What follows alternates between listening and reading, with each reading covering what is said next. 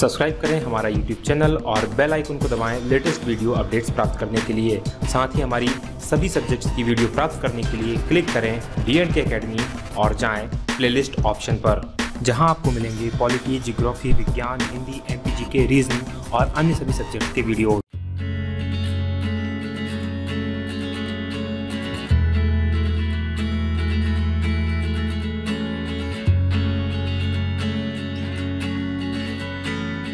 This video is sponsored by mocktime.com। SSC banking all competition exams की test series join करें मात्र 100 रुपये में। अधिक जानकारी के लिए क्लिक करें ऊपर आई बटन या नीचे डिस्क्रिप्शन में लिंक पर। साथियों नमस्कार, बहुत स्वागत है आपका D&K अकेडमी की वीडियोस में। मैं हूं भगवत दांगी, फाउंडर है D&K अकेडमी।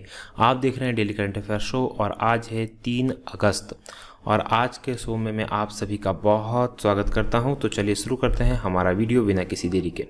सबसे पहले आज का व्यक्तित्व, यानी हम इस कॉलम में बात करेंगे उन लोगों की जिनका या तो आज जन्मदिन है या जिनकी आज पुण्यतिथि है उनमें से। तो आज का जन्मदिवस की बात करें तो आज जन्मदिवस है मैथिली शरण गुप्त साहब का। भारत के बहुत बड़े कवि, राष्ट्र कवि के नाम से जिनको जाना जाता है, उनका जन्मदिवस है। अगर जन्म की बात करें तो 3 अगस्त 1886 को झांसी में इनका जन्म हुआ था और मृत्यु 12 दिसंबर 1964 को झांसी में ही इनकी मृत्यु हो गई। इनकी कविताओं की बात करें तो प्रमुख रचनाओं की बात करें तो पंचवटी, साकेत, जयद्रथ व्रत, वध, यशोधरा, द्वापर, झंकार, जय भारत, ये इनकी प्रमुख रचना है। इनको उपाधियों के सम्मानों की बात करें तो इन्हें पद्म भूषण अलंकार मिला है, हिंदुस्तानी अकादमी पुरस्कार, मंगला प्रसाद पारितोषिक, साहित्यिक वाचस्पति और डी.लिट की उपाधि भी इनको दी गई है। तो ये थे आज के व्यक्तित्व। चलिए अब बात करते हैं आज के घटनाओं की। तो आज 3 अगस्त 2017 को देखें तो किस शहर को वर्ष 2024 ओलंपिक की मेज़बानी प्राप्त हुई। तो वर्ष 2024 ओलंपिक की जो मेज़बानी प्राप्त हुई है वो प्राप्त हुई है पेरिस, जो कि राजधानी है फ्रांस की। तो फ्रांस की राजधानी पेरिस 2024 की ओलंपिक की मेज़बानी इनको मिली है। वहीं 2028 की हम बात करें तो 2028 की जो ओलंपिक होने वाला है उसकी जो मेज़बानी प्राप्त हुई है वो लॉस एंजल्स को प्राप्त हुई है। लॉस एंजल्स जो है USA यानी कि अमेरिका का एक शहर है, तो उसमें होगा 2024। अगर हम 2020 की बात करें तो 2020 जो है टोक्यो जापान में होने वाला है। 2020 का जो ओलंपिक है 2020 टोक्यो जापान। तो 2020 टोक्यो, 2024 पेरिस और 2028 लॉस एंजल्स, ये ओलंपिक्स आयोजित होने वाले हैं। अगले प्रश्न की बात कर लेते हैं। भारतीय बैडमिंटन खिलाड़ी राहुल यादव और पुरुष युगल में मनु अत्री और B सुमित रेड्डी ने किस देश में लागोस इंटरनेशनल बैडमिंटन चैलेंज में क्रमशः पुरुष एकल और युगल खिताब दोनों जीते हैं। यानी कि इनके द्वारा पुरुष एकल और युगल खिताब दोनों जीते गए हैं। और ये जो चैंपियनशिप आयोजित की गई थी ये नाइजीरिया में की गई थी। नाइजीरिया की बात करें तो ये एक अफ्रीकन कंट्री है। यहाँ की जो राजधानी है अबूजा है और मुद्रा की बात करें तो नायरा जो है यहाँ की मुद्रा है। तो इम्पॉर्टेंट है अबूजा। युगांडा की बात करें, युगांडा भी एक अफ्रीकन कंट्री है और युगांडा की जो राजधानी कंपाला है और युगांडियन शिलिंग जो है यहाँ की मुद्रा है। एरिट्रिया की बात करें तो एरिट्रिया एक शहर है जो कि ग्रीस का एक शहर है, ग्रीस देश का एक शहर है एरिट्रिया। वहीं पोलैंड की बात आप मुझे बताएंगे कि पोलैंड की जो राजधानी है वो क्या है। और ये आज का आपका क्वेश्चन है 2 से 3 बार, बल्कि और इससे अधिक बार ही मैं आपको बता चुका हूँ पोलैंड की राजधानी क्या है। तो पोलैंड की राजधानी आप मुझे कमेंट करके ज़रूर बताएं। अगले प्रश्न की बात करें। मुंबई के आदित्य पाटिल और सुहानी लोहिया ने किस देश में आयोजित एशियाई स्कूल शतरंज प्रतियोगिता में कांस्य पदक जीते हैं। तो इनके द्वारा जो कांस्य पदक जीते गए हैं तो किस देश में आयोजित हुई थी। तो ध्यान दीजिएगा, जैसे कि नाम से स्पष्ट है एशियाई स्कूल शतरंज प्रतियोगिता है, तो ये ब्रिटेन में नहीं होगी, इटली में नहीं होगी, रशिया में हो सकती है क्योंकि रशिया एशिया का भी भाग है, बट रशिया में नहीं थी, ये चाइना के अंदर हुई थी। चाइना की आपको पता है चाइना की राजधानी बीजिंग और शी जिनपिंग जो है यहाँ के प्रमुख हैं, राष्ट्रपति हैं। और यहाँ की जो मुद्रा की बात करें तो रेनमिंबी जो है यहाँ की मुद्रा है। वहीं ब्रिटेन की बात करें, ब्रिटेन की थेरेसा मे जो है प्रधानमंत्री हैं, महिला हैं और लंदन जो है यहाँ की राजधानी है। स्टर्लिंग पौंड जो है यहाँ की मुद्रा है। इटली की बात करें तो इटली की जो राजधानी है वो रोम है।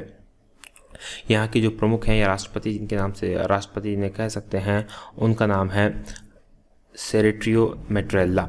और यहाँ की जो मुद्रा है, इटली की मुद्रा भी यूरो ही है। रसिया की बात करें तो मॉस्को यहाँ की राजधानी है। व्लादिमीर पुतिन यहाँ के प्रेसिडेंट हैं। और यहाँ की बात मुद्रा की बात करें तो रूबेल जो है यहाँ की मुद्रा है।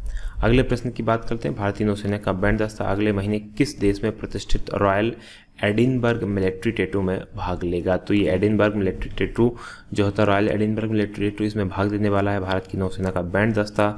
और ये जो भाग लेगा, ब्रिटेन में होती है ये प्रतियोगिता, उसमें ये भाग लेगा। चलिए अब ब्रिटेन के प्रधानमंत्री के बारे में और ब्रिटेन के बारे में पूरी जानकारी मैंने आपको बता दी है। जर्मनी की संभवतः सभी को पता है, इटली और रूस की देखेंगे। ये बदलाव अब आपको देखने को मिल रहा होगा जब से आप हमारे वीडियोस देख रहे होंगे। यदि आप शुरू से हमारे वीडियोस देख रहे हैं तो इन देशों के प्रधानमंत्री आपको याद हो गए होंगे, यहाँ की मुद्रा आपको याद हो गई होगी, यहाँ की जो है राजधानी आपको याद हो गई होंगी। तो यही बदलाव है जो कि सबसे ज़्यादा इंपॉर्टेंट है, क्योंकि हमारे करंट अफेयर का यही सबसे बड़ा प्लस पॉइंट है कि आपको ना सिर्फ करंट अफेयर की चीज़ें मिल जाएंगी, बल्कि आपको मिलेगा उनके अलावा बहुत सारी चीज़ें सीखने को मिल जाएंगी। तो अगले प्रश्न की बात कर लेते हैं। अगला प्रश्न है 30 जुलाई 2017 को जिन्होंने हंगरी ग्रां प्री फार्मूला रेस 1 जीत ली है वो कौन है? तो जिन्होंने ये रेस जीती है वो है सेबेस्टियन बेटल। सेबेस्टियन बेटल ने हंगरी की जो ग्रां प्री है वो जीत ली है। सेबेस्टियन बेटल की हम बात करें तो ये जो है स्पेन के खिलाड़ी हैं और फरारी टीम से ये खेलते हैं। वही फर्नांडो अलोंसो की बात करें तो ये भी स्पेन के हैं और ये जो है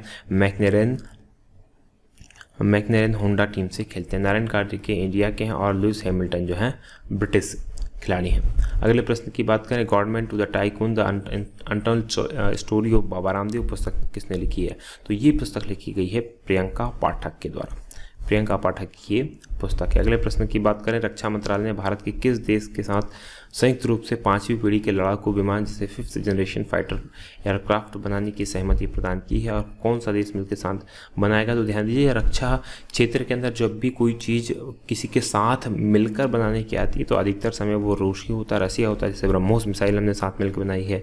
अब 5वीं पीढ़ी का जो लड़ाकू विमान है वो हम मिलकर साथ बनाने वाले हैं। तो रसिया के साथ जो होता है हम काफ़ी सारी चीज़ें रक्षा क्षेत्र के अंदर मिलकर बनाते हैं।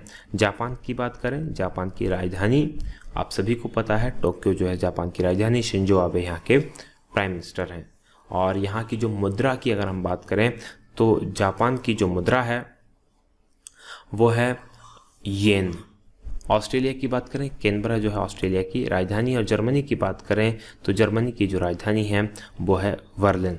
कल के वीडियो में बाय मिस्टेक मैंने जर्मनी की राजधानी जो है पेरिस बता दिया था, तो बर्लिन जो है जर्मनी की राजधानी है। अगले प्रश्न की बात करें, हेतंग टाइफून का संबंध किस देश से? तो हेतंग टाइफून जो है हाल ही में आया हुआ एक वहाँ पर टाइफून है जो कि समुद्र चक्रवात है और इसका संबंध चाइना से है। चाइना में इसने काफ़ी तबाही मचाई हुई है। फिलीपींस की बात करें, मनीला जो है फिलीपींस की राजधानी है और यहाँ के जो प्रमुख हैं वो हैं रोड्रिगो ड्यूटेर्टे। तो ये फिलीपींस और फिलीपींस पीसो जो है यहाँ की मुद्रा है। दक्षिण कोरिया की बात करें तो दक्षिण कोरिया की राजधानी सियोल है। मून जॉय इन जो है यहाँ के प्रमुख हैं और दक्षिण कोरियाई और बोन जो है यहाँ की मुद्रा है। जापान की बात करें, ये यहाँ की मुद्रा है। शिंजो आबे यहाँ के प्राइम मिनिस्टर हैं और टोक्यो जापान यहाँ की राजधानी है। अगले प्रश्न की बात करें, नेदरलैंड्स में किस राज्य ने 1 अगस्त 2017 को विवाह पंजीकरण नियमावली 2017 को मंजूरी प्रदान कर दी है? यानी वहाँ पर अब विवाह पंजीकरण अनिवार्य कर दिया गया है। तो उत्तर प्रदेश के अंदर ये किया गया है। उत्तर प्रदेश में योगी आदित्यनाथ जी की सरकार है, लखनऊ राजधानी है और राम नाईक जो है यहाँ के राज्यपाल हैं। वहीं बिहार की हम बात करें तो बिहार के अंदर जो है नीतीश कुमार जी ने अभी हाल ही में सरकार बनाई है बीजेपी के साथ अलायंस करके। और यहाँ की जो राजधानी है बिहार की पटना है और यहाँ के जो गवर्नर हैं वो हैं केसरीनाथ त्रिपाठी जो बंगाल के भी गवर्नर है। वहीं हरियाणा की बात करें, हरियाणा में मनोहर लाल खट्टर बीजेपी की सरकार और राजधानी चंडीगढ़ है और यहाँ के जो गवर्नर हैं वो कप्तान सिंह सोलंकी हैं। हिमाचल प्रदेश की बात करें, हिमाचल प्रदेश की जो राजधानी है वो है शिमला और यहाँ के जो राज्यपाल हैं आचार्य देवव्रत हैं। अगले प्रश्न की बात कर लेते हैं, निम्नलिखित में से किसे फिक्की का सेक्रेटरी जनरल नियुक्त किया गया? तो फिक्की के जो सेक्रेटरी जनरल बनाए गए हैं वह है संजय बारू। चलिए अगले प्रश्न में अमेरिकी सीनेट ने हाल ही में किसी FBI का डायरेक्टर नियुक्त किया है। तो FBI का डायरेक्टर जो नियुक्त किया गया है अमेरिकी सीनेट के द्वारा क्रिस्टोफर रे साहब को FBI का डायरेक्टर नियुक्त किया गया है। FBI की बात करें तो फेडरल ब्यूरो ऑफ इन्वेस्टिगेशन, ये भारत के CBI की तरह एक संस्था है। अगले प्रश्न में भारतीय सेना ने से किस देश में आयोजित टैंक रेस प्रतियोगिता द टैंक बैथलॉन में हिस्सा लिया। तो टैंक रेस प्रतियोगिता है, ये टैंक रेस बैथलॉन जो होती है रशिया के अंदर आयोजित होती है, तो रूस में इसमें हिस्सा लिया गया है। नेपाल की बात करें तो काठमांडू यहाँ की राजधानी, देखिए माफ़ कीजिएगा, रूस 2 बार यहाँ पर आ गया है। तो नेपाल की राजधानी काठमांडू है। और जापान की राजधानी की हम बात करें तो जापान की राजधानी है टोक्यो, जापान। अगले प्रश्न की बात कर लेते हैं, किस प्रदेश के राज्यसभा चुनाव में मतदान के दौरान केंद्र सरकार ने विधायकों को नोटा का विकल्प भी उपलब्ध कराया है, यानी कि नोटा पर भी वो वोट दे सकते हैं राज्यसभा चुनाव के लिए। तो राज्यसभा चुनाव के अंदर आप सभी को पता है राज्यों की जो विधानसभा के सदस्य होते हैं वो वोट करते हैं, और नोटा उपलब्ध करवाने वाला राज्यसभा चुनाव के लिए वो है गुजरात। गुजरात में अंदर विजय रूपाणी साहब की सरकार है, और OP कोहली जी जो है यहाँ के गवर्नर है। उत्तर प्रदेश की आप सभी को पता है, केरल के अंदर जो है P सदाशिवम राज्यपाल है, V विजयन साहब की सरकार है, और P विजयन साहब की। और यहाँ पर तिरुवनंतपुरम जो है यहाँ की राजधानी। राजस्थान के अंदर जो है विजय राजे सिंधिया की सरकार है, और कल्याण सिंह जो है यहाँ के गवर्नर हैं। अगले प्रश्न की बात कर लेते हैं, हाल ही में केंद्र सरकार ने देश के लिए डेटा संरक्षण फ्रेमवर्क का विशेषज्ञ समूह गठित किया। इस समूह का अध्यक्ष किसको नियुक्त किया गया है? ध्यान दीजिएगा, न्यायमूर्ति VN कृष्णन साहब को इसका जो है अध्यक्ष नियुक्त किया गया। इसके अंदर क्या होगा, जो व्यक्तिगत डेटा होता है गवर्नमेंट के पास वो किस तरह से सुरक्षित रखा जाए, उसके लिए समूह का विशेषज्ञ समूह बनाया गया है ताकि उसका मिसयूज़ ना हो सके। जैसे हमारा जो आधार कार्ड के तहत बहुत सारा डाटा सरकार के पास है, और भी दूसरे डाटा होता है व्यक्तिगत डाटा लोगों का, उसके लिए। अंतिम प्रश्न की बात कर लेते हैं, भारत सरकार द्वारा हाल ही में कृषि उत्पादों की ऑनलाइन बिक्री हेतु आरंभ किए गए पोर्टल का क्या नाम है? यानी कि जो बिचौलियों की समस्या थी कृषि से वो खत्म की गई है, और उस जो नया पोर्टल जारी किया गया है उसका नाम है ई-रकम। ई-रकम, इससे ई इनाम करके भी एक योजना थी, वो भी कृषि से संबंधित है, ऑनलाइन कृषि उपज बेचने से संबंधित है ई-इनाम, और ई-रकम ऑनलाइन पोर्टल है। तो ये आज का हमारा वीडियो था। यदि वीडियो आपको पसंद आता है तो आप इसे लाइक करें, शेयर करना ना भूलें, और कमेंट जरूर करें। आपके जो कमेंट्स होते हैं वो ना केवल हमें मोटिवेट करते हैं बल्कि बहुत ही उम्दा हमें नया सजेशन भी आप दे सकते हैं। यहाँ से बहुत आपके सजेशन को हमने शामिल भी किया है, और इसके अलावा भी यदि आपकी कोई सजेशन है तो आप हमें ज़रूर बताएं। तो आज की बात करेंगे हम यहीं समाप्त। आप देख रहे थे DNK अकेडमी, जो है नंबर 1 GK चैनल। बहुत बहुत धन्यवाद। जय हिंद, जय भारत।